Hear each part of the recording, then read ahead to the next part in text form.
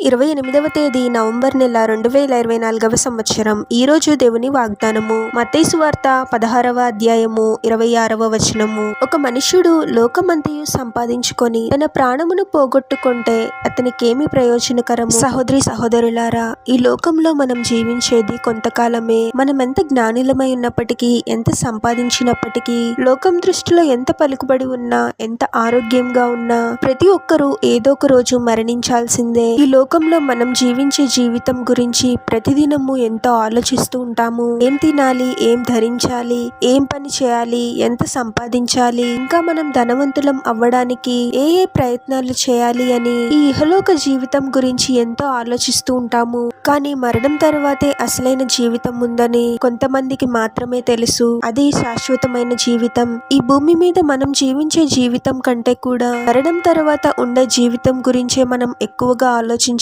ఒక మనిషి లోకమంతటినీ సంపాదించి ఆత్మను పోగొట్టుకుంటే ఉపయోగం ఏముంటుంది? మనం చేసిన పాపముల నిమిత్తము హృదయపూర్వకముగా పశ్చాత్తాపపడి ప్రభువుని రక్షకునిగా అంగీకరిస్తే మన పాపములు క్షమింపబడతాయి. ప్రభు చేత మనం పరిశుద్ధపరచబడతాము. నిత్య నరకాగ్ని నుండి తప్పించబడిన వారమై ప్రభు చేత నిత్య జీవితంలోకి ప్రవేశిస్తాము. ప్రార్థన.